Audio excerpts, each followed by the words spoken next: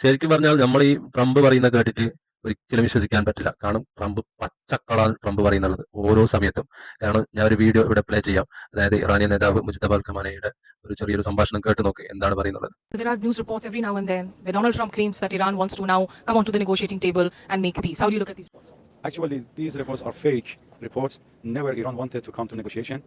While Iran all the times was ready for negotiation, and as you know, Iran was on the table of negotiation in the first time within the 12 days war, and also now also Iran was in the negotiation, but unfortunately the other side left the table and they attack us, and still they say we want negotiation. Never Iran demand for. അപ്പോൾ ഈ വീഡിയോയിൽ അദ്ദേഹം crystal clear ആയിട്ട് പറയുന്നുണ്ട്, ഞങ്ങൾ എല്ലായ്പ്പോഴും ഞങ്ങൾ ചർച്ചയ്ക്ക് തയ്യാറായിരുന്നു എന്ന് ഊന്നി വീണ്ടും വീണ്ടും പറഞ്ഞുകൊണ്ടിരിക്കുകയാണ് അയാൾ. ഞങ്ങൾ ഫസ്റ്റ് ടൈം മുതലേ ഞങ്ങൾ ചർച്ചയ്ക്ക് തയ്യാറായിരുന്നു. പക്ഷേ യുഎസിന്, അതായത് അമേരിക്കയ്ക്ക് ഇവരുമായി യുദ്ധം ചെയ്യണമായിരുന്നു. അത് എന്തിന്റെ ഉദ്ദേശമായിരിക്കും എന്നൊന്നും നമുക്കറിയില്ല. അത് ട്രംപിനും നെതന്യാഹുവിനും അറിയുന്ന ഒരു കാര്യമാണ് ഇത് എന്താണ് സംഭവിക്കുന്നത് എന്നുള്ളത്.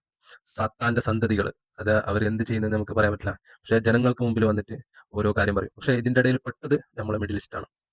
ഈ മിഡിൽ ഈസ്റ്റിന്റെ എയർബേസിലേക്കല്ല ഇവർ കൊണ്ടുവരുന്നുള്ളത്. ശരിക്കും പറഞ്ഞാൽ എന്തുകൊണ്ടാണ് ഇറാൻ എയർബേസിലേക്ക് ഇങ്ങനെ, മിഡിൽ ഈസ്റ്റിലേക്ക് ഇങ്ങനെ മിസൈൽ അയച്ചുകൊണ്ടിരിക്കുന്നത്? ശരിക്കും പറഞ്ഞാൽ ഇറാന് യുദ്ധം സ്റ്റോപ്പ് ചെയ്യണം. അല്ലാണ്ട് ഇറാൻ ഒരിക്കലും യുദ്ധത്തിനോട് താല്പര്യമില്ല. ഇറാൻ യുദ്ധം സ്റ്റോപ്പ് ചെയ്യാൻ ഇതേ ഉള്ളൂ വഴി. ഇറാൻ യുദ്ധം സ്റ്റോപ്പ് ചെയ്യാൻ വേണ്ടിയിട്ടാണ് ഈ അമേരിക്കൻ എയർബേസിലേക്ക് ഇവർ മിസൈൽ അയച്ചുകൊണ്ടിരിക്കുന്നത്. അവർക്ക് അങ്ങനെ ഇവിടെ മിഡിൽ ഈസ്റ്റിനെ ആക്രമിക്കണം എന്നുണ്ടെങ്കിൽ വേറെ രീതിയിൽ ആക്രമിക്കായിരുന്നു. പക്ഷെ അത് ചെയ്യാണ്ട് അമേരിക്കൻ എയർബേസിലേക്ക് ഇടുന്നത് എന്തുകൊണ്ടെന്ന് വെച്ചാൽ ഇവിടെ നിന്നുള്ള സമ്മർദ്ദം ട്രംപിലേക്ക് പോകും. അപ്പോൾ ട്രംപിനെ പ്രഷർ ചെയ്യുമ്പോൾ ട്രംപ് സ്റ്റോപ്പ് ചെയ്യണം യുദ്ധം.